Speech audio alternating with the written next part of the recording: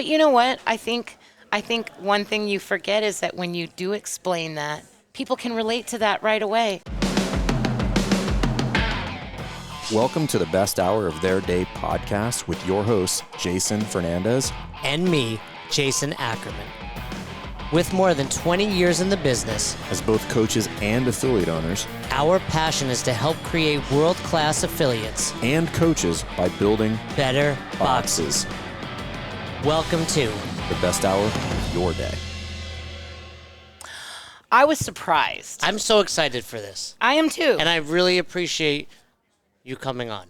Heck yeah. Thank you. Like, truly, Athena, appreciate it. So, you were surprised. I was surprised. Tell me what you were surprised about. So, like, this little dance between me and you. There's no dance. Yeah, I think it's we're been going in on it. for a couple years. Like, Oh. I see some of your posts, I'm like, you know. Oh, like, tell me, like, I told Nicole the coin. Shout out Nicole. She wants her she credit. did. I saw her in Denver, She and I did. was like, I think Cody might have started, and like, hey, Athena's going to be there. You want to, potentially interview her? I was like, oh, Athena doesn't like me. But yes. Remember, Cody? And Nicole overheard maybe, and she was like, I don't know if I'm going to, she was like, it's my reputation if I tell her to go, as she's your friend. And I was like, I never mean to offend anyone. And I have a hard time because I cannot be offended. Mm-hmm. Right? Like, it just can't. But I know that what I say can be interpreted, and I want to hear more. I want you to, you ever watch Festivus? Like, I got a lot of problems with you people. I want to hear it because I'm truly, like, what I told Nicole, I want to learn. Like, I want to know why I'm an asshole and become less of an asshole. Okay. Please tell me. This is like, a great topic. And you will not offend, like, you cannot, I swear, like, you can kick my kids, like, my dog, like, I'm like, all right, we'll figure it. Like, I grew up wrestling, like, you cannot be more offensive than high school boys in a wrestling room, So it's like, I've heard it all. So here's what happened. Yes, tell me the story. Here's the story. Mm-hmm. So you're on the podcast. Our We're podcast, on so our people podcast. can listen. Yeah, yeah. Episode 279. 270. Thank you. Okay. 279. So we're on this podcast. We're talking about how we met. That's kind of what started this conversation. And just for clarity, it wasn't me you offended. So here's what happened there. You were talking about you weren't sure whether you were surprised or shocked when you would see overweight people volunteering at the CrossFit Games. Mm-hmm. Now, had it just been that statement, it probably would have been okay. But what happened is... I could see why that might be offensive. Okay, so... And I don't think... I did not mean it that way, but go ahead, yeah. I'm sure. But how you explained it after that... I dug deeper. What? Yeah, Tell me what I said. you doubled down after you made that, I and know then to you do that. said... In fact, I think this is the verbiage. Okay, cool. I don't know whether I'm surprised or shocked when I see overweight people volunteering at the CrossFit Games. Mm-hmm. Don't they know that this is like the mecca of fitness? Don't they know like something's not connecting? So I almost think that I have that word for word, Cody. You can pull that I don't up. know if that's true. Because I hope it's not true. it's true. So that day, I think I handled my response very well. What did you say? So what I said was, people volunteer because, when you can't participate, that's just a natural place where people can go to be involved. And when to you say feel like participate, like mean they didn't qualify for the games. right, like, Not that they can't do CrossFit. not that they can't do Right. CrossFit, but like for a lot of larger-bodied people going to the games, that seems like the most unfathomable thing in the world, right? I mean, for a lot of relatively... It's smaller people, yeah, right? I wasn't going to say smaller. That's offensive. Smaller. It's height impaired. I didn't say smaller. I mean like smaller. Wait, you now you're putting in my you can't get offended. He can't get offended. I take that back. I'm very offended. No, I just meant like making the CrossFit Games is like the ultimate achievement. I mean, most people will never. Exactly. Yeah. So for me, like when I first heard that, it was like, well, of course they're volunteering because this is how they can be included and involved in it. And that's, that's why I was there. I wanted to help and I wanted to be part of it in some way. So that day, or whenever the podcast aired, I'm getting a thrash of messages People, thanks for listening, from people in. Well, I think it spreads. Yeah, one no one was LBA listening. sends They it were to sends it Yeah. to another one and another one. That's why that episode has so many downloads. It wasn't a good thing. So they're passing it around this, and they're like, "Wait a second, this guy is a level 4. He reminds everybody all the time Well, that he's a level 4. I'm compensating. Yeah. And, this is our bar. Somebody that's going to be shocked and surprised. That somebody overweight would want to volunteer. But I think the underlying issue at the time was you don't know where somebody is at. And I agree. And I do want to say this. Yeah. Anyone that was offended, I do apologize. Like that, you can say all you want. Like, I don't get offended. I don't mean to offend. Like, you can still hurt someone's feelings. Of course. So I do, anyone that sent that to Athena or heard it later, like, I apologize. And I wanted you on because I want to show, like, I was ignorant. Right? So it's easy to get mad. But I also think a challenging part of living in 2024 is saying, like, hey, you're being ignorant. Let me educate you.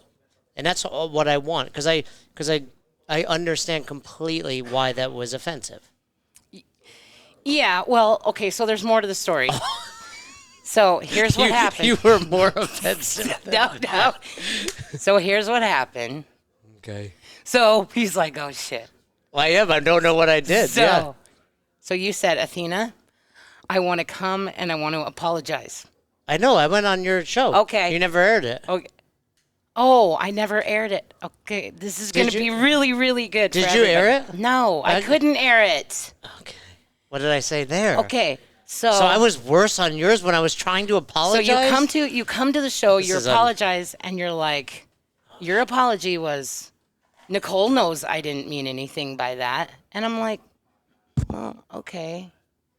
Okay, I mean, that's kind of an apology. But during the course of this podcast, you double down in a couple, I would say like quadruple at this point. triple but yeah. and quadruple down in some of these areas that you came on the podcast to apologize for and to clarify, like, hey, I'm not an ignorant jerk. But I am.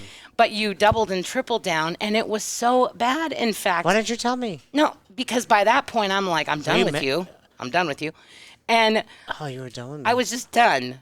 Well, thanks for coming on. Yeah, of No, I mean, I think this is a big deal. Like, if that you're on here, like, I think it does show how important this message is to you. It is. Yeah. Yeah. So I couldn't air it. Well, thank you Because- for not doing that. Because, I didn't, I couldn't do it. Well, I appreciate it, and it shows the type of person you are. So now I'm like really trying to think about. So, well, let me Well, no- correct. It wasn't because I didn't like you. I don't dislike anybody. I just felt like, here's a guy that I believe, like, this area, people that have obesity, larger bodies, I think this is an area where me and you could benefit by spending some time together. Agreed, and really- you did invite me. I'm gonna do it. I told my wife I'd be home. Yeah. I want to get you to Colorado because I do want to learn. Like, Yeah. I get inspired to see people in the middle. Like you said, I think that was the takeaway. Like, I didn't understand the journey, Right. and I did take that from you because. Okay, I'm gonna say this, and you correct as I'm being ignorant. Correct me. Okay. Okay.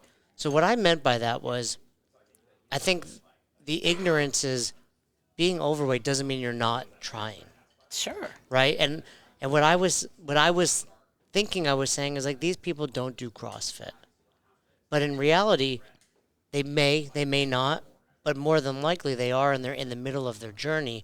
But we're still catching them. But how do we know they don't do CrossFit? Right, and that was the ignorance. Like, Yeah. hey, if you're overweight, you don't... Because I've been saying, here's the pill. Like, Yeah. constantly very functional movements, high intensity, meat, vegetables, nuts, seeds. We've got it for you. And like, yeah, I get it. I'm doing it right now. Yeah. But all I'm seeing is, but you're not at the end result. Correct. So you're not. I'm interpreting that as you're not at. Why are you at? It's like, why am I going to this EDM event to volunteer? I don't listen to terrible techno music, right? Uh-huh. But it's like, oh, maybe I'm just getting started in this, and I want to learn more about it and be a part of this rave culture, right? Yeah, So yeah. that's what I meant by it. But and whether you realized it or not, that opened my eyes to be like, oh, like they are in the middle of it, and we don't know where they are in that journey. We don't know, yeah. Well, in fact, like one of the Was that offensive? no, no, not at all. Okay. No, like I wasn't necessarily offended. No, I It know, was but just- was that ignorant? no. Okay. It's you don't know what you don't know. Right. You don't think about things that you've never had to think about. And because this is something I want to learn, because my struggle is I don't know where the classification of obese is. I don't know where that is. But I've been, in my opinion, overweight. Okay. And I know for me, like people like, you don't get it, like you've never been overweight. Like, no, I lost 30 pounds recently. And I know 30 might not be a lot to someone that is trying to lose 100 or more, but like that's a big percentage. And and for me, I'm like, I get it. Like, I know what the hard work looks like, and I'm willing to do it. And that's where I have a struggle understanding.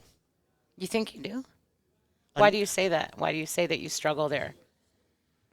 Because people say, I mean, I've had a lot of my own athletes and a lot of my community members say that too. They're like, well, this coach doesn't know what they're talking about because they've never had to lose lots and lots of weight. And yes, there are some differences. There's going to be spatial differences, body differences, things like that. But all the mindset stuff, the work that you're going to have to do, the consistency, all of that is the same. So why do you say that? I struggle because when I decide I'm doing it, nothing will stop me, right? So I think not everyone, I have a threshold where I'm like, my weight's creeping up, I look in the mirror, I'm not happy. And that happened in September, October of last year.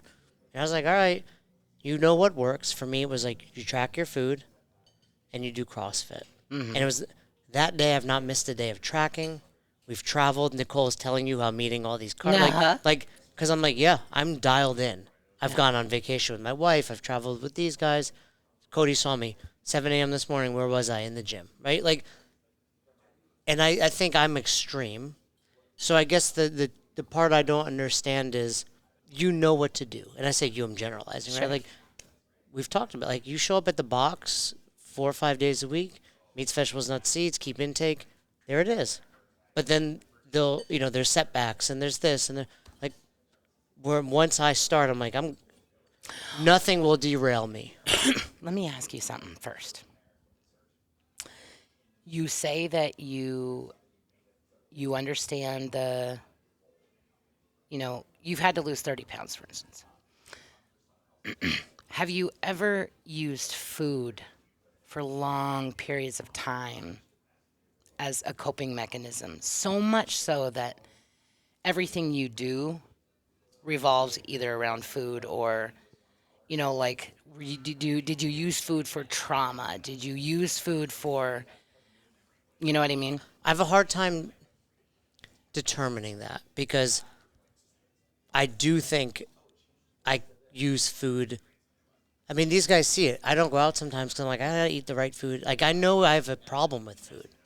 But I think my problem is also part of what makes me able to do it. But I mean, I grew up wrestling. I weighed 91 pounds till I was 18 years old. Wow. And I know I'm small, but like 91 pounds was not my ideal body weight, right? Like, before my senior year in high school, I was probably like 140 to 145. So you only make 91 pounds with a lot of nights without dinner, right? And I was just telling I think it was Fern the other night or somebody, I was like, I realized when my day's coming to an end, what makes me happy is the idea that I'm going to go eat. And I was like, that's a problem. Like, what should make me happy is I had great calls with clients. My 2 kids are upstairs. My wife is there. And I'm like, oh, sweet. I've got this great dinner planned. And like and for that reason, like I'll the reason I like tracking is because I don't eat and then I binge. So it's my way of being able to eat a lot, Yeah. but within the correct quantity. So I don't know if I think I do. Like it's not like I was physically or mentally abused, and then food was my coping mechanism. But there was definitely it's that idea of like I couldn't do it, and I know that was 20 something years ago. But like now, it's definitely so I understand for a lot of people like I why think food. I think that's the major differences. Like in the course we talk about this tree, and we do this little diagram of a tree to show people like how complex it is, and that it's not just it's I think one of the reasons that we keep struggling with, curing obesity is because it literally has to be a person specific approach, because all those little branches, all those little roots are different for each of us. You might have somebody come into the box that, maybe, they were an athlete their whole life. They were on the wrestling team, right? They got into college and suddenly they've put on like the college 20 or 30. And I put on 30 Yeah. pounds my freshman year of college. yeah, I did too. So, so maybe it might just be getting them, getting their nutrition tweaked a little bit, getting them into the regular movement, and maybe that's all it takes. And then you might have somebody that comes in that, here's Lois. She's 50 years old. She's been heavy since she was 5. She went through sexual trauma, physical trauma, and then she went through school, like the whole onion, you know what I mean? Got teased as a kid, and then you have to live life through some of this overweight stigma, and then on and on and on. She's been through diet after diet after diet after diet. Like her roots are like she's got this one, she's got this one, she's got this one, she's got this one. And so our approach here is going to be different because that lens is different, that perspective is different. It's not just going to be a simple, hey, Lois, I'm going to put you on this nutrition program. For her, it might take something like mental fit. It may take counseling, therapy, psychotherapy in some instances, where that's what's different. Yeah, I think It's not the same. that's helpful because I think my challenge is, well, this is what I do. Right, So why the F can't you do it? right. When that's not fair. That's It's, not, it's not just because how many potential things are tied together. How many things are they actually using food for? And unless you fix all of them,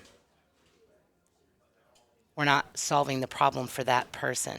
So, although they may have worked on, I call it the low hanging fruit in the class, nutrition and movement is the low hanging fruit. We know that. But the problem is that all this root stuff that I was down here talking about, trauma, it could be anything. You lost somebody, trauma, any kind of trauma. There's environmental factors. She talked about one of them, like how big support systems are. If you're in a family that doesn't support what you're doing, it's going to feel impossible. like any, Like anything, Yeah. like there's actually a statistic about, when couples are going through like weight loss journeys and one decides to go through one and another doesn't, there's a 70% chance that is going to end up in divorce, statistically. wow. So like people, like they know that if they get healthy, they could potentially be sacrificing relationships. All these little things down here that we talk about, they're so critical. So when you say, "Oh, anybody should be able to do it," yes, we all can move and we all can eat better. But the problem is that these roots are what's driving the fruit. The fruit is not the outcome. Fruit is the outcome of the roots. The roots are not, or the fruit is not the outcome of the roots. It goes this way, not this way, if that makes sense. Yeah. No, and I think I do struggle with empathy on many levels, and that being one of them. But they're all like overlapped, similar to this, right? Yeah. Where it's just put your head down and do the work, whether it's for your business, for your spouse, for anything. and so this is like counseling for me. But it's like, it's whatever trauma I had. We all had trauma, right? Some significantly worse than others, I would say. And that was probably my trauma, where it's like divorced parents. Yeah. Like my wife and I tell this story. My wife and I go to counseling once a month. In the first session, the counselor was like, well, Jason, when, Roz was like explaining when she had tough times, who she spoke to. She said, well, Jason, what about you? Who did you talk to about these things? I was like, oh, we didn't. Like, she was like, well, when you did. Never. Like, 0 times in my life. Like, I was like, and then it makes you realize how they didn't. It's like, whether it was cutting to 91 pounds, dealing with a breakup of a girlfriend, my parents were never like, hey, and how are you feeling, So it's like, that's probably where my turtling, if you will, comes up. Where I'm just like, I'm doing it's me against the world. So I struggle because I'm like, go, like, right? Like, We can all do the work. What I'm saying is the work that maybe Athena has to do is different work than what Jason has to do. Jason might have 2 or 3 boxes that he has to get in order. Athena might have 12. Might be all 12 of those roots down there. That's why sometimes I think that there's a break and a gap. It's not that they're not wanting to do the hard work. It's just some may have to come before the other. Like, say for instance, somebody can't get their support network in check, or they can't control the connection between eating for hunger and eating out of boredom, eating to pacify whatever it is that they're working on. Maybe it'll take months in therapy before they're even ready to talk about like that nutrition component. You know what I mean? But it doesn't mean that they're not doing the work. Sometimes that work may go on a while. Right. Right, because to me, that work should be work out, eat right. But what you're saying is it might have to be like therapy or mental work before we even approach that stuff. Yeah, I mean, like, I was in therapy for 7 years before I ever joined a CrossFit gym. There's no way that I would have been able to attack those 2 things at once had I not done that. So that's one example, But it doesn't mean that work is not being done. It's just sometimes that work is not seen. It's not seen, yeah. And that goes back to what I was like. I'm assuming if you're here and you're not in the fittest of shape, you're not doing the work. Right. And that was also my takeaway that day. I'm like, wait a second. Like, I was sitting in front of you after losing 200 pounds, and you're telling me, like, you mean to say that this doesn't matter? This doesn't, no, I may not look like the rest of them, but are we all starting out at the same place? No, and I did. Yeah. That was one thing I took. Yeah. I was like, oh, you're stupid. Like, right? Like, not you, me. No, right? I know, but I'm like, no, you're not. No, but I meant in this regard where I'm like, yeah, like, just because they're not your perception of fit does not mean, A, they haven't done a shit ton of work already. Yeah. Or B, they're in the middle of, or even if C, they're just getting started. Or D, not even ready to get started, but they're here because they want to, or they're like it's going to help motivate them in any number of reasons, right? I think it's the same thing. Like when we're out, we could be, walking down the street. Any person with obesity that you run across, are you really going to know anything about them? No, we don't know anything. How do we know that somebody that, we just gave a dirty look to that's hundreds of pounds overweight, clearly you can see that they're overweight or whatever. Do we know anything? We don't. Yeah. That makes perfect sense. And so, like, say somebody, I think where some of that discouraging factor comes from people and why there was a response to what you said was it's the same thing that happens. Like, it's an example I talk about in the seminar a lot. I still go to the grocery store, even now, and sometimes somebody will come up and pull something out of my cart. It happens. Really? Right. And this is something that maybe you don't struggle with, but I do. Like, what if the reason that, I don't know, single cupcake was in my cart was because I was getting something from my mom or whatever. But somebody's really done that? Oh, yeah. Okay, so I'm not the most offensive person you've met. Let's be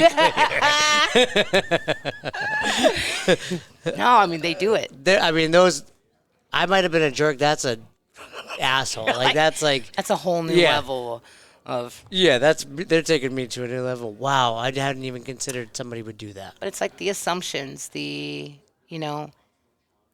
that could have been enough for somebody that had been working super, super, super hard for the last year and a You half. could be tracking your macros, and that might fit perfectly in your day, Could have, right? but it would have been enough to make somebody question, why am I doing all this? And And I that's think- how it starts. And I need to have integrity in the fact that we talk about the charitable assumption, Yeah, right? Have you read the book Unreasonable I Hospitality? have. Favorite book. I mean, it's definitely most recent. And he talks a lot about that. And we always talk about it from a member perspective. And I need to consider that also. And, Austin Malleolo, you never know what someone's going through, You don't. right? So you have to remember that. Mm-hmm. That's crazy to me. Mm-hmm. That's truly crazy that somebody would do that. What else can I learn? I mean, I Do you just, feel like I'm learning? Do you? yes. I am, and I don't want you to. Well, what are some of the other posts I've put up? Because you mentioned a few other things. Oh, I mean, I was- What? I want to know. I don't know if I. Well, okay. You got one? No, I don't. no. I don't know that I do, but here's why I think today is important. Is because I don't want to carry that around, because I do believe genuinely what you said in your messages is that people have the ability to look at something and be like, hey, you know what? I can learn more in this area. Wow. Like, let's acknowledge maybe what I didn't know, or maybe I didn't have the ability to look at it from this lens, but like, here I am. I think I was already learning and listening, Yeah. like, whether you realize it or not. Like, I did take that as an opportunity Yeah. to learn. And in general, I think having kids helps, being married helps. Mm-hmm. But, realizing just because I'm not someone that doesn't get offended doesn't mean other people aren't too. Like, and I don't mean that, like, be tougher. Like, I mean, like, just be aware. You never know, right? So my love language is ball busting. That doesn't mean their love language is about any topic. Mm-hmm. So I try to always think, like, okay, rather than busting their balls, what can I say positive, Yeah. right? And again, about anything. Yeah. But something and empathy. I mean, I try to listen to and read as much Brene Brown, which is good and She's great. awesome, by the way. But putting it into practice is Yeah. right. Like, it's no different than, like, cool, you read the level 1. It's Are true. you doing constantly, like, reading? It's one thing. Practicing the methodology, Mm-hmm. and I think you can fool yourself by downloading a book on Audible and listening to it, but then not actually living it. Yep. And I need to be better about that. I struggle with this.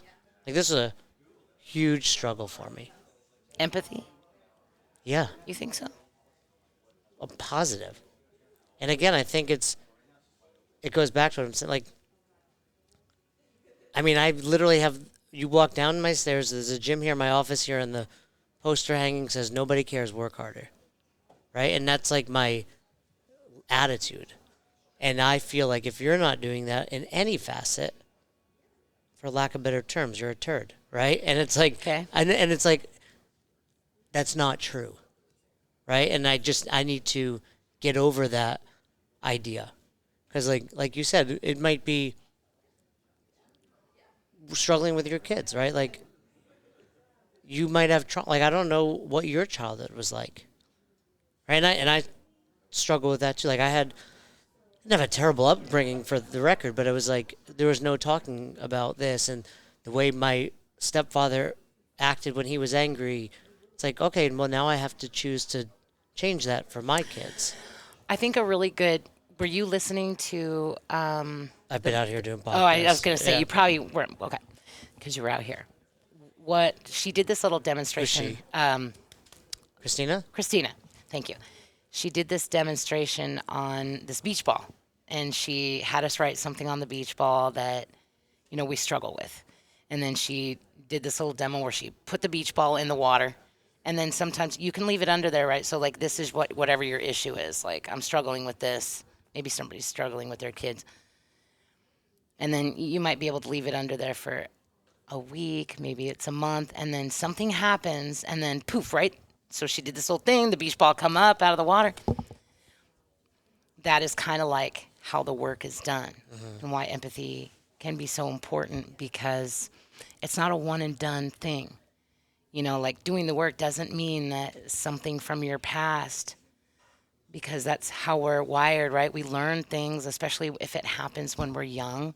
It doesn't mean that even though we're aware that it's never going to surface again. Right.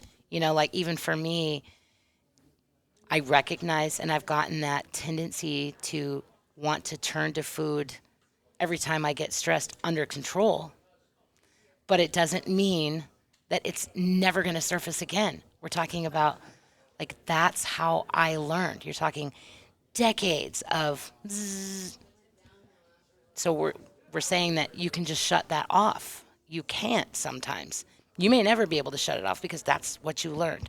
You can reprogram, but like what happens when we try to reprogram something? It may take a really long time. Yeah, it's like addiction, right? Anything like that. So you're saying my lack of empathy is an addiction? Is it? Well, That's not what I'm saying. Like, no, I know, but I mean, more so in the sense that, like, I also need to give myself some space and forgiveness. Cool. Like, you didn't practice empathy right there. That doesn't mean you don't have empathy. right. That means not even tomorrow, like, starting now again, you have the opportunity to practice empathy. Right. I'm going to start. Right. No, I mean, and even, like, in any facet, right? Like, just cool, like, chill and have empathy for whatever the situation is. What does that mean to you, though? What? Like when I say, like, what does it mean to you Empathy? to be empathetic? Do you have a hard time understanding somebody's perspective? Do you have a hard time relating? What does that mean for you? Both, I think.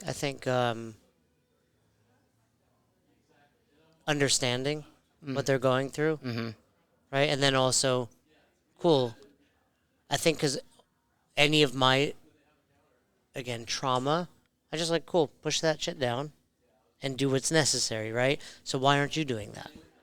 Well, you saw what just happened when you pushed that down, right? What? Because that's all you're doing. Yeah, no, but that was really eye-opening Yeah. for that reason. That's what I was saying. Like, Yeah. cool, I push it down, there it popped back up, Yep. push it down longer. Yeah. But it's always there. Like, the last 45 years of my life are not disappearing. The first 18, which are probably the most influential, are certainly not going anywhere, right? So you can't escape that, but I can learn how to deal with it better so I'm a better person. Yeah. You just solved that's the best counseling session I've ever had. I'm not going to pay Jane anymore. $2.76 an hour. She's great. I think all people need therapy, So and especially I agree. couples. Yeah, I agree. because this is essentially the last conversation we had Is it? with my wife and her. We're like, it was about feedback. Like, my wife tried to give me feedback. I was not receptive. And, I'm like, this is how I would do it. And it's like, cool. That's not how she was doing it, right? And it's like, hearing all of this is super helpful. And I also think, I know it's a one-on-one conversation, but I'm not the only person out there experiencing this, right? Like, Definitely not. and I think it's important for other coaches and affiliate owners, because I would imagine the vast majority of people that do CrossFit look relatively the same. Do they? When you think about the majority, what's the majority?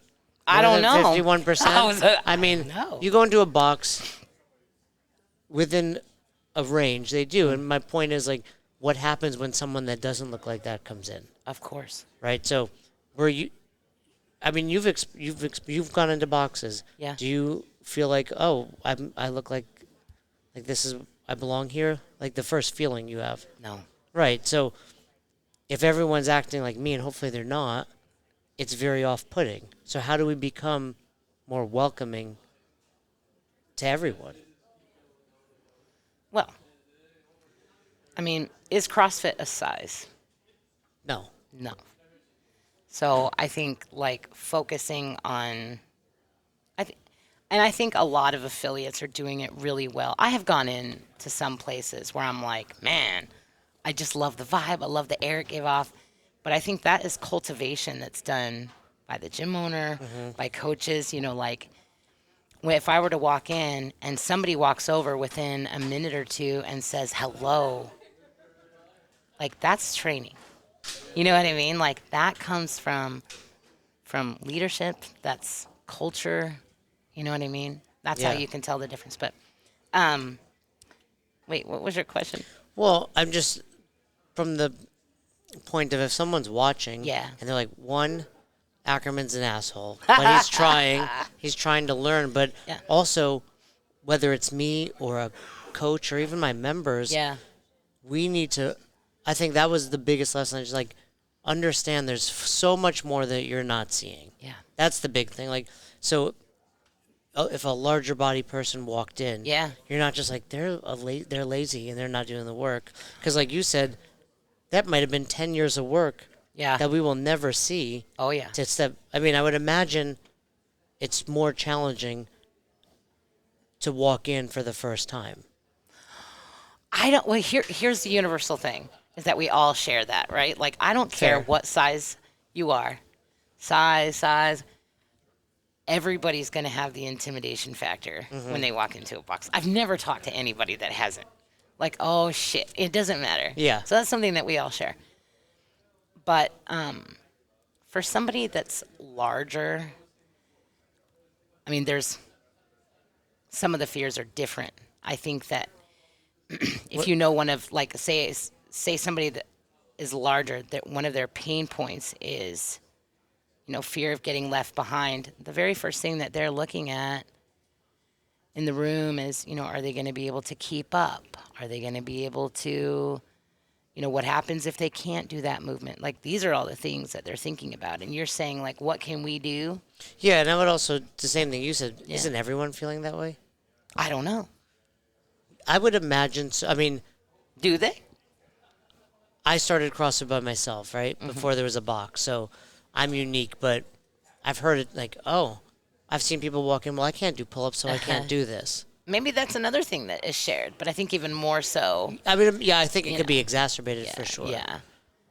And so what was the question? What can we do? Mm-hmm. I don't know. What? You're the pro. What? I would imagine as an affiliate owner, I would imagine to just go up and talk to that person and ask questions. Well, I think, okay. I think that we are not comfortable asking the amount of questions that we really need to ask. We, as affiliate owners, as leaders, need to get comfortable asking all kinds of questions, because I think what happens is we unintentionally make assumptions. What are some of the questions we can ask? So I think there's also a part of offending, right? Like, I spoke to Kevin Olgar. Yeah. He's great at this, but it's like, Yeah. I don't know what I'm allowed to say when someone rolls in a wheelchair. Like, Yeah. he's like, well, say whatever you would say to someone not in a wheelchair. Right. Right? Is it the same The same. exact thing? The same, like if well, let me give you a scenario. If a 160-pound guy, 5'10", walked into a box and they said they wanted to try CrossFit first time, would there be an assumption that they had never worked out before? No. Why? Because you're describing someone who probably looks pretty lean or skinny. right? He's tall and But I'm saying the yeah, assumption, exactly, right? exactly. But does it mean that they have ever worked out ever? No, it might. I mean, barring like musculature, like walking with their shirt Right. off, right? Even then, Even then, but you're saying if someone walked in large body, the assumption is they've never worked out. I think there's that assumption. I think that there's assumptions about what they're able to do. We don't know what they can do. So what would someone? Hey, have you worked out before? Is that like no different than? No different than, hey, have you ever been to a gym before? Have you ever worked out before? It's the same question that you would ask anybody. It's not No, rocket science. Here, No. is what you're saying. no. Well, I don't blame those people though for feeling like shit. What can I say? Because let's be honest, like that's how some of it has gotten. You know what I mean? Yeah, I think back 2008. You know Josh Murphy? Of course. You know Josh? Yeah. His brother came into Albany CrossFit, and he was about 500 pounds. And I was at a seminar, Okay. and my coach Matt was like, "Yo, this dude walked in, and I told him to go get a doctor's note." And I was like, "Why?" And he was like, "Well, he was like 500 pounds." And at the time, I was like, "Okay." You know, I was like, one, that's my buddy's brother. I wish you hadn't, but I get it. But now that you're saying, like, well, we never asked anyone else to get a doctor's note. We assume because you're overweight, Yeah. hey, you might die doing this. That's right. When in fact, the 5'10", 160 guy might, He might keel over tomorrow too. yeah. Yeah. That was 16 years ago, but it was a vivid memory. Because I also, at the time, was like, remember talking to Josh, and he was like, do you know how hard it was for me to get my brother to come in today? Right? And I didn't, again, like, I understood. But how would you know what you don't know? Oh, this is so deep, Athena. This is deep on a Friday afternoon. I'm trying so hard to be a good person in my life. You are. I think assumptions are huge. You're Pardon the right. pun. Like a lot, and one of the rules. Fern and I talk about the 4 agreements. You ever read that book? It's my favorite. Is it really? Yeah. Don't take it personally. Don't make assumptions. Be impeccable with your word and do your best. And Always I think do your best. Yeah, and I think I've broken one of the rules multiple, but especially don't make assumptions.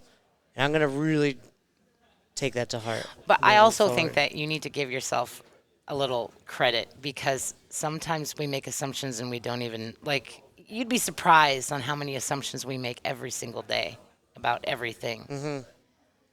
Somebody doesn't call you. Oh, they must have gotten tied But up. I'm good at those things. Like filling and in I- the story. Nate and I were just talking. Like, remember Nate yesterday about this? And it was like Nate saying he tends to be charitable.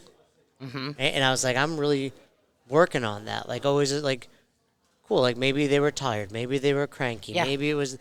But then other things I still struggle with assuming based on what you're saying there.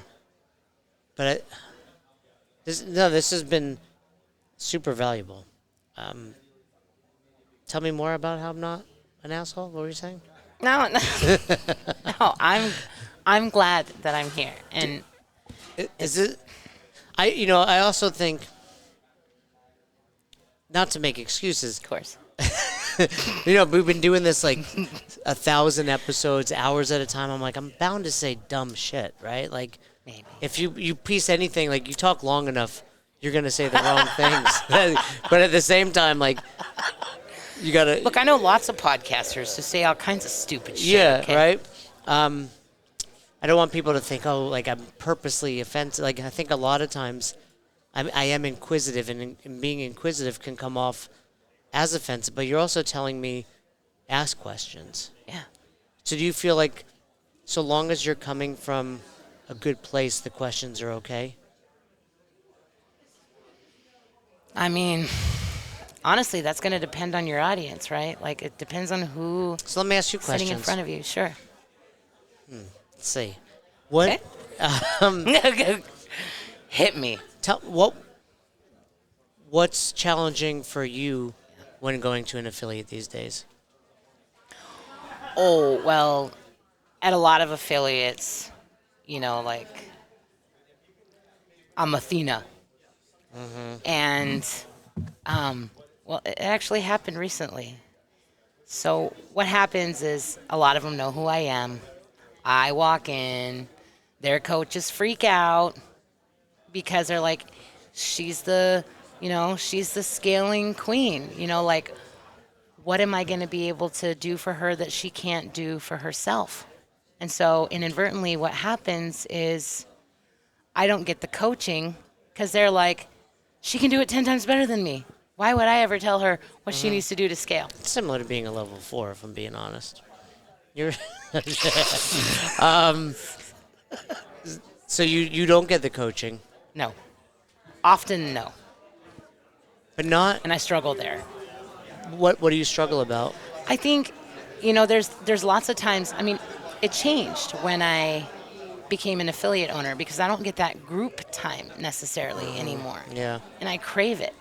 So I want to be able to go to an affiliate and just have that group time for me and just be me. I think a lot of affiliate owners though everybody- do struggle with that. Yeah. Like, I think it's common. It's not just me. But more so on the scaling side. Like, they're afraid. Like, I don't know whether I should put her on the ground or like not put her on the ground, or, not knowing whether she can do this kind of movement, or, I don't know why they get paranoid, or I don't know why that happens. I don't know the full story, but you were working with Andrew. You're not. Yeah. But I noticed, so when you first started, Yeah. you had said something like, I wasn't doing it. I don't remember exactly what you said. Like, Yeah. I don't know if it wasn't I wasn't training, I wasn't eating right. Yeah. What struggles do you have still? Still?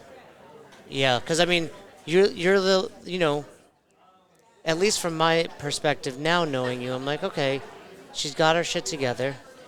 She's a leader in this community. Thank you. And then you were like, hey, by the way, I wasn't doing the shit.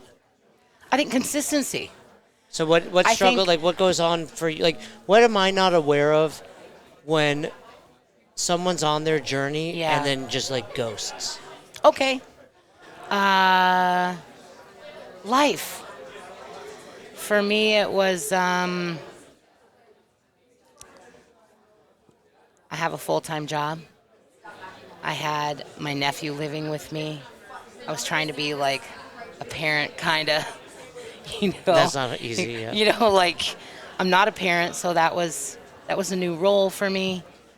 I'm trying to learn this new craft and delivering these seminars, which I suffered tremendously from because I don't hold your credentials. I don't hold like You all can. the. I You know, can. and I'm working on it. What are you at? I'll be taking my L3. Oh, okay, awesome. Yeah, that's great. And large. Well, what's the name of the seminar again? Working with larger bodies. Working with larger. And we're gonna get you. You gonna come to Boulder? Yeah, yeah. Okay, because I really want to take it. Let's bring it. Okay. So life got in the way. I think it was just life. Like, my routine was off.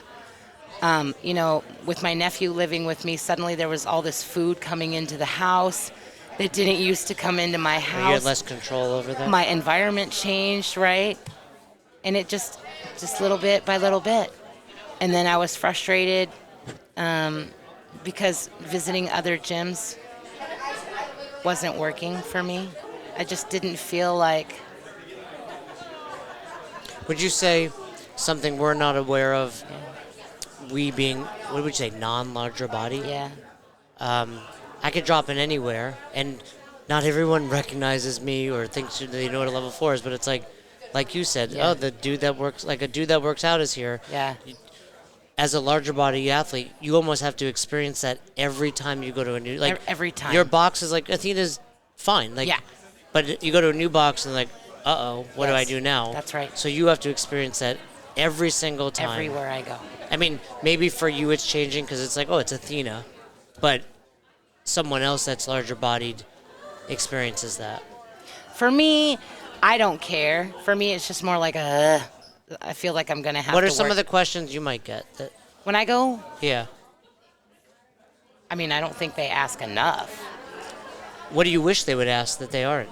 I wish that they would ask more about like just where are you at currently, like what. Correct, because if you say, hey, I've lost 200 pounds, Uh-huh. paints a completely different picture for me. Yeah. Then it's like, hey, this is day one. Correct. Like, you've done... This isn't day one. And I think, again, attributing it, I think a big takeaway for me is, like, not all work is visible. Correct. Because you're like, what if you said, hey, this is day one, but I'm not then asking, well, how long have you been thinking about it, or how hard was it for you to get to day one? Mm-hmm. And you're like, oh, like, if you tell me, well, I've done therapy for 10 years, I'm like, okay, that paints a different picture for me. Like, I have a big opportunity right here to be an important part of your life. Totally. Versus, like, who cares if she put 10 years in. Yeah. Just because it wasn't doing thrusters doesn't mean it wasn't hard. Like, I'd rather do thrusters than therapy. Mm-hmm. So ask more questions. Ask way more questions. What's way more? Because Chuck will say ask one more question. Like, at what point you're like, okay, I get it, you care. Like, how many questions is too many questions? Enough questions to where that person is going to feel taken care of when they go to your gym. Do you have a list of, like, good questions? We do. Yeah. We do have recommended questions. Can you give me, like, 2 or 3? I mean, yeah, like what made their experience, if they've ever worked out before, and if they have, you know, like what made that a good experience for them, That's a for good instance. one. Because now I need to do that. Right, like what did you like most, and what didn't you like most? Those questions go really far because you can kind of see like there's a reason that they're in your gym now, you know? Yeah, that's helpful. So maybe a question that we would recommend not asking is like how much somebody weighs. Is it relevant? Is it relevant to anything? Right, you Not wouldn't really. ask that 5'10" guy, what do you weigh? Would you? Yeah. No. Yeah, exactly. So we always say, like, make sure you're asking questions. Maybe if I was curious, I'm like, you're 5'10", you only weigh 160? Okay, you just said the right word. What? Okay, so What did I say? Is this something good? Yes. So every question, ask because it's going to serve a purpose, not to satisfy our curiosity. So I said the wrong Like, But I'm saying I'm curious, like, right, not because I'm like, Curious, oh, yeah. what's this person weigh? I want to know. Like, what's this person weigh? I want to know if they can go on a rower or if they're going to be comfortable doing something else, right? I mean, on somebody's first day, like asking them if they can. It's a bad question to ask someone who's already struggling to walk in. Yeah. Some of this is just Common that fine. sense. No, Yeah. I don't want to say common sense. No, but okay, go ahead. Because it's not. Emotional And intelligence. Maybe, or just learning to read the room a little bit better. I believe that is a skill. It's a muscle that needs to be flexed and all the time. Yeah. Learning to read. If you can see that they're struggling walking in the door, 10 of those questions might not even be relevant. Yeah. That's important. But that's the art of coaching. It is. And you don't learn that You don't. at the level 1, 2, 3, or even 4. I think by the time you get to the 4, you should be better at it.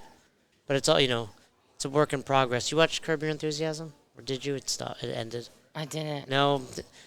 Larry Shit. David. But I think you would appreciate it if you go, it's like reading the room where it's just like, who I am is who I am, right? And it's like, that's like when someone's like, I'm just an asshole. It's like, that might not be a good thing, just being, right? And then I think it's important to want to be a better person. Not just rest on, well, that's who I am. You've said that a lot, and I don't think so. What don't you think? I don't think you're an asshole. Well, Why do you keep saying that? Because I don't think that. I think... Yeah, Ferg keeps telling me too. Like, to me, it just seems like you're reinforcing. No, that's Either important. giving maybe yourself yeah. permission to, like, I'm an asshole. No, I think I need to improve at that because I'll give you an example. I was invited to Thanksgiving dinner, Okay. and my aunt's like, "Are you coming?" I was like, "No," and she's like, "Why?" I was like, "Because I don't want to." Right? And like to me, it's like not being an asshole, but I'm also being authentic, and living by my values. But I can easily see how it can be. Our nephew is an asshole. Yeah. And I think maybe that's just been reinforced. Like, hey, as someone that tries to live by their values, you can be perceived as an asshole to the wrong people, but in reality, you're just being like true to you. Yeah. And I'm not suggesting like being rude or offensive is true to you, but I do need to reframe that where I'm like, I'm not being an asshole. Like, I'm being who I am. I gave this example to Cody. Cody's gone now. But I call it the fine art of sometimes you have to do a little dance. It doesn't mean that you can't stay true to who you are without offending this other side. Let me see if I can think of a good example. No, I could have said, hey, I'd really love to go, but our kids are on a strict nap schedule. Like, we're tired. Like, I could have, you're right. Like, it doesn't have to be like, I didn't want to go. Mm-hmm. But I could also have explained part of the reasons why I didn't want to go. Like, it would completely disrupt my family dynamic to go to this thing. But you know what? I think one thing you forget is that when you do explain that, people can relate to that right away. They're like, "Oh shit, I know what it's like to get off schedule." People find that relatable. Mm-hmm. What they don't find relatable is you saying, "No, no, don't feel like it." Because I think the right people relate to that because I get it. I don't the want to go. Right people. Yeah. But again, now we're back to that fine skill of being able to read and relate to everyone. You're not going to be able to. I mean, you can, but it takes. But by being more transparent and explaining, like, it's more likely someone can relate to one of those things. As I had kids, totally. Like, I get it. Totally. Because now even taking care of your nephew, you're like, oh yeah, I totally get that. Like, he's a nightmare if he doesn't take his nap. Totally. What else can I learn before we wrap up? Do you feel like I've learned a little bit? I have. I do. I feel like I've grown in this. Well, that's like, good. I gotta tell you something. What? Last night. Okay. So Dan over there at Push Press has journals. Okay. And I took one.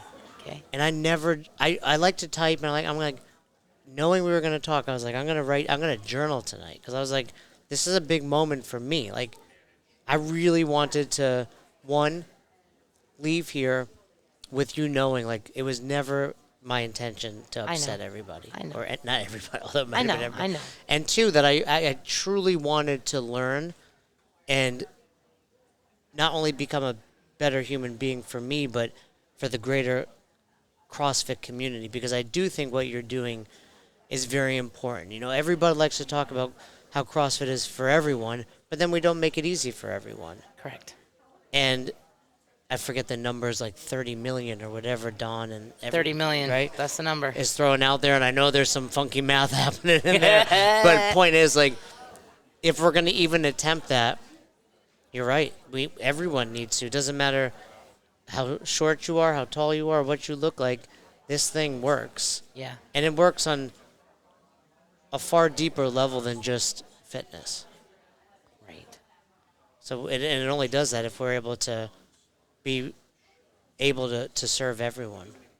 So ask more questions. Mm-hmm. What else can affiliate consider? Like, little things. Honestly, I think one of the best things that an affiliate can do, an owner, is to invest in, like, some of these courses, like you were talking about. One of the other coaches from the adaptive course. Right, Kevin, yeah. Taking the adaptive course, taking the master's course, taking the kids course, like, all of these is working with very diverse groups of people, and the more exposure that you have to all of these people, like, that is what helps your empathy muscle, your perspective muscle, your lens muscle, all of these things. Like, prioritizing going to those types of classes and learning, like, it goes so far. Not to mention, like, what is it doing for your bottom line? For like, sure, let's talk right? about, like, you have this small demographic of people you serve. Now we've got kids. Now we've got adaptive athletes. Now we've got large, like, I mean, this is your audience, right? Like, It's great to talk about all these things, but I'm not going to lie and say that there isn't some massive positive monetary benefits for doing all of this. Well, and I would imagine if someone walks in on their journey, loses 200 pounds, they're probably not going anywhere. Like, you've probably had a pretty significant impact in their life. And they're probably like, I mean, you talk about people, word of mouth being the best referral. Like, you think if Sally loses 200 pounds, all of her friends are not like, what the hell are you doing and how do I do it? Totally. And that's probably a new audience as well. I was thinking too, like, on social media, right? Like Okay. making sure you're posting pictures of the different types of people you serve, right? It's like we post the people that have made it to quarterfinals. There's someone in a wheelchair. There's a kid, right? Yeah. I think with the larger body demographic, I think one of the biggest mistakes that gym owners make is somehow believing that if they show a picture of a larger bodied person, it needs to be in the form of like a side by side or some kind of Transformation. before and after or a transformation. When in reality, other larger body people that are on the website or on your social media looking at that, they want to see that it's okay to be wherever they are right now. Right, because they can't understand that transformation because they're still in it. Correct. Right? Or maybe not even started yet. Like there That makes isn't, it's sense. not a before and after picture. It's not like a transformation story, although they inspire people. All of these people that are looking to join the gym, like they already know what happens in the center. Question that they're asking in their mind is, are you going to be able to support that center, Yeah. the middle, everything else? Am I going to be celebrated along the way, or Not do so I long. have to wait until I get my before and after picture? That's a really good point. You know what I mean? Mm-hmm. Which is why the CrossFit shirts and getting extended sizes was so important, because we want somebody to feel like, hey, you get to be part of this from the very first day. I was not aware of that. Was that a Yeah, struggle? it was. That they weren't coming large enough that anyone felt like I can Right. represent CrossFit. Right. I need to make them a little smaller too. So, and you had a big impact on that. I mean, I can't take credit, but what I can say is the extended sizes are now on the site. Is there a lot of pressure on you? Oh yeah. I mean, I think once you inadvertently start taking some of this on, whether you intended to or not, now anytime that there's, something having to do with larger bodies, People reach out. Yeah, Are you just too available? perhaps. How do people reach out to you? I mean, Instagram. Instagram, email. It's not hard to find. How did you become that person? I don't know. Are you happy to be that person? Most days.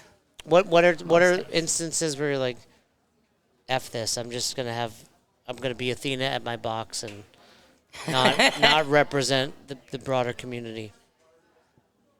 I don't know if I have those days. So it's not. I It's think probably no different than an affiliate owner. Like, man, I signed up to do this, and now I have a budget. I'm doing all these things. So I'm No. like, what is it? No, I think it's more like there's just some days where I'm just like, I just want to sleep. I just want to nap. You're just tired. Yeah. I'm just But I tired. think there are many affiliate owners. Yeah. Is it just because you're like working your tail off? I think it's just because, I have, there's the box, there's the seminar, there's the travel, there's trying to get all these courses online. There's, people want you to come talk about, how can my box do better with this demographic? I know there's 40% of America that has obesity, but we don't have any in my box, and why? Well, and that's what I meant earlier. 40% is obese, and there's no one here, right? The majority doesn't look like it, right? Yeah. There's something that's not, as Jason would say, there's something not connecting. The old Jason. The old. It's a good example. Do you though. have a coach? Not a fitness coach, a business coach. I have. 'Cause I know these two guys. You know some people. I don't. I have a marketing coach that I use, but like business development, no. Yeah, because you have an affiliate too. What are you doing to protect yourself though? So My affiliate's different though, because our affiliate's purpose was always to be nothing more than a sandbox. Gotcha. Our passion is in this seminar. Right. So it's just more, we do our thing here, but the real. What do you? So earlier when we were talking about your nephew and Yeah. the food, like my beach ball that pops out is like, cool. I'm busy and like this never deviates, right? Mm-hmm. Like I traveled here. My alarm went off this morning. I'm in the hotel. It's 80 degrees in this hotel gym. I'm working out. I got a bag of food over there. So, what are some of the things you learn to do to protect yourself when life gets in the way? Like right now. Yeah. Yeah. Like with Travel. like you're saying, like you're traveling, you're getting, it's easy to like wake up and catch up on your email. But what are you doing to make sure your journey continues in the right direction? Think ahead. Yeah. Think ahead. So, for instance, this trip, I ordered my groceries ahead of time To the and have hotel? them delivered, and brought food with me. Because where do you live? Minnesota. Oh, so you had to Yeah. fly in. Yeah. Why do you choose to live in the coldest state? It's not that bad. It's not that We- 9 months out of the year it snows. Weren't you, didn't you used to be on the East Coast? Yeah, and I moved to Florida, but my wife dragged me to. But Colorado is very different than Minnesota. Not really. You get a lot of snow. You get cold. Yeah, I mean, you're right. No, I think that's a lot of what you're saying is what I did. We book our travel here. Yep. And I'm like, cool. Where's the grocery store? I need to know Where's where the everything hotel? is. I call the hotel. Do you have a fridge and microwave in Yep. the room? Right. Like, Yep. I bring a bag with my. What I've learned for me to help keep me on track is you need to be. You can't be so rigid that you don't leave your house. Correct. Because I was pushing that one. Yep. But you need to maintain. For me, maintaining as much normalcy and routine as I can is what helps me. Mm-hmm. And it sounds like similar to you. Just like Did you work out today? I did. Well, my workout was my walk. You walked here. So, no, Wow. I got up early, walked, That's over. Yeah. did my 5K, and Yeah, then why are you doing this? You're doing something now. my walk. Yeah, but you did a 5K. It was movement. Yeah, and that's how I am. I like to move every day, but it doesn't have to be Fran. Yeah. Moving might be I walked 5K. Mm-hmm. So we have the same. We have the same battles, right? They're just Same battles. it's scaling. That's right? it. Yeah. Yeah. We're just scaling them differently Yeah. at times. That's it. I think I was like that too, and I think that's why I failed so many times. Is you cannot be so rigid that first you disappoint yourself when you aren't able to stick on perfect track, but then it's like we sabotage ourselves when we're not. That's what I used to do. I just Almost like I'm punishing myself for not staying in this rigid, like when you travel, something might happen. it is punishment. That's a good way to put it because I Punishment. think you think like for example, Yeah. I've thought about this the day I'm flying here. Okay. I had food on the plane. Okay. And I was like, all right, I've got it tracked, but I don't know if it's perfect, so fuck it, I'll eat whatever I want the rest of it, right? And I'm Right. like, this is 400 calories of my day. Right. Right or wrong, why should you ruin the rest of your day? And I think sometimes you think to yourself, like, I'm being flexible, but you're actually punishing yourself because I feel better tomorrow if I dial in the rest of this day. I like that. I think that's a really good point. Like, you think you're helping, but you're actually punishing. I mean, yeah, you could look at that and like you could punish yourself, like say that one meal didn't go very well, and then you're like, well, screw it. I'm gonna run around done and that. pop all three of the tires because I popped one. Right. Yeah. Makes perfect sense. It's a good analogy. Or it could be one of those things where I'm trying to think of a good example.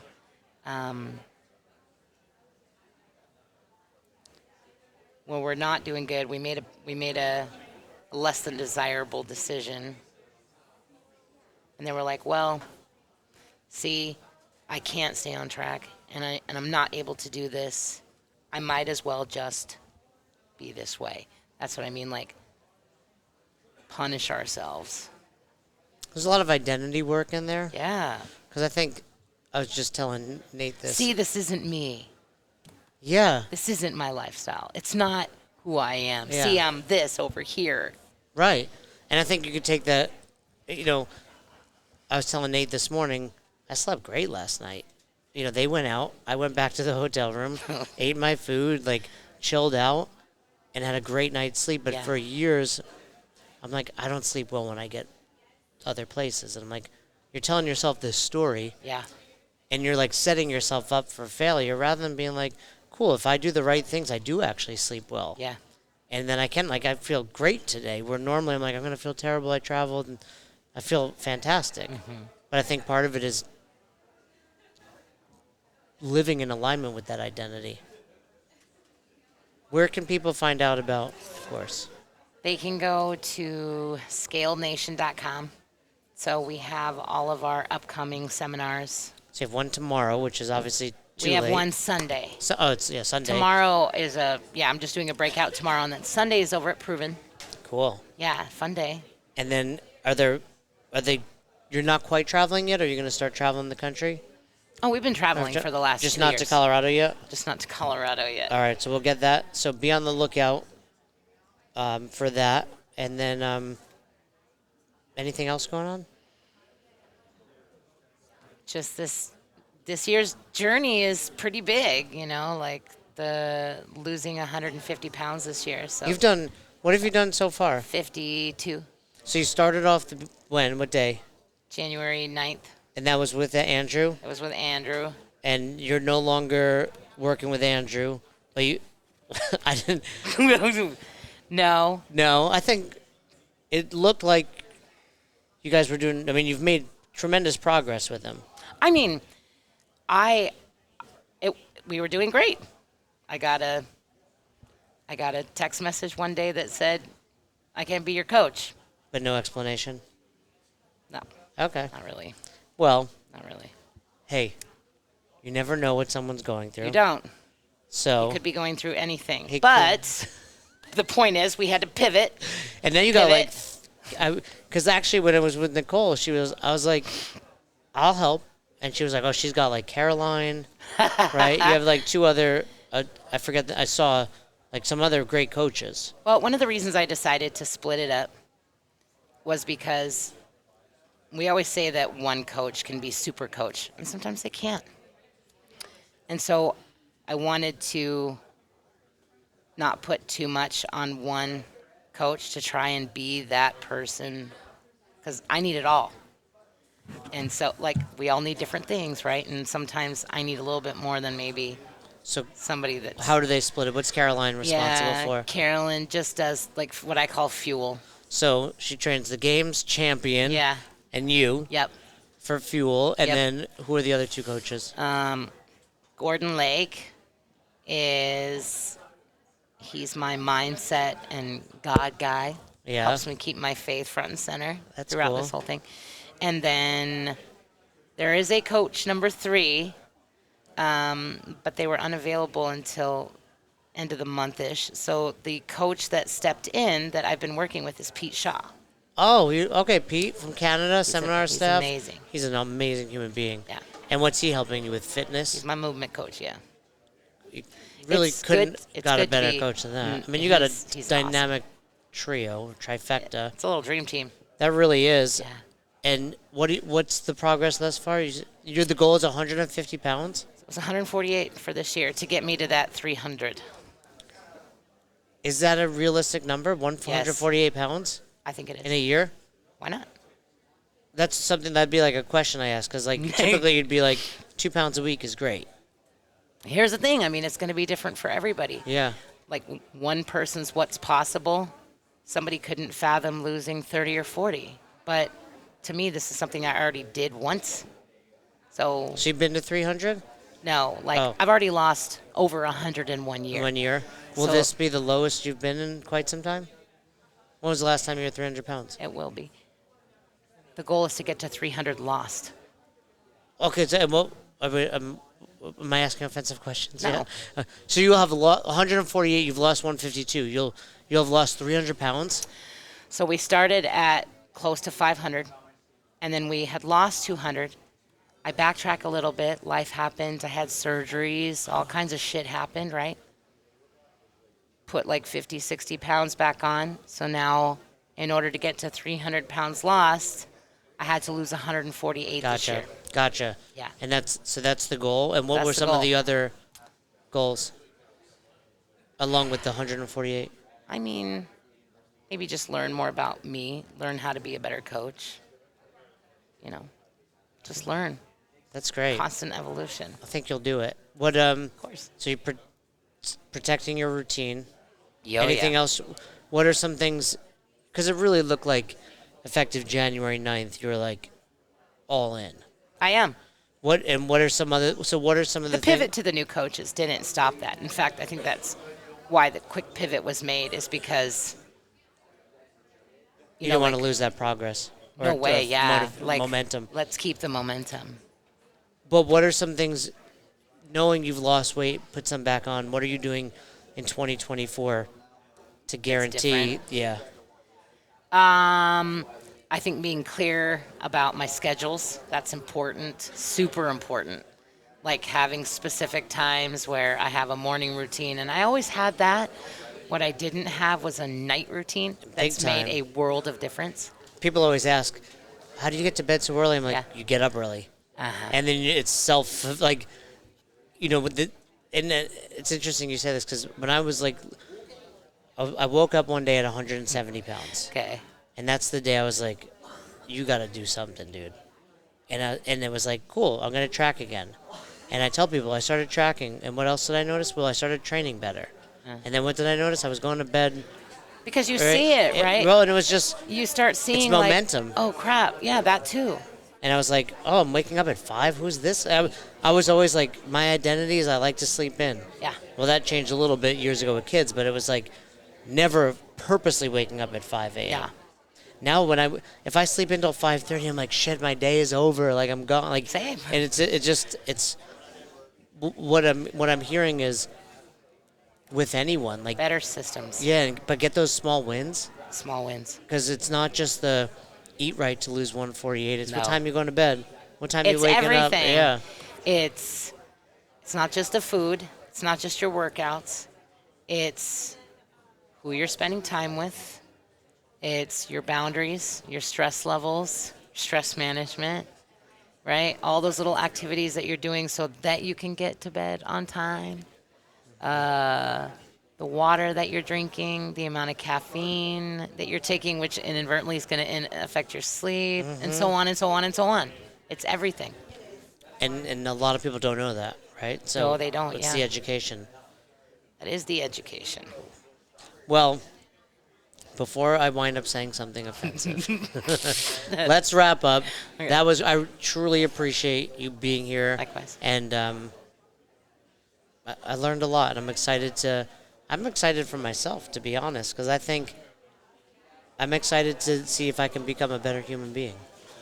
Well, good. Yeah, I mean, it's true. Like, I don't want to be the asshole.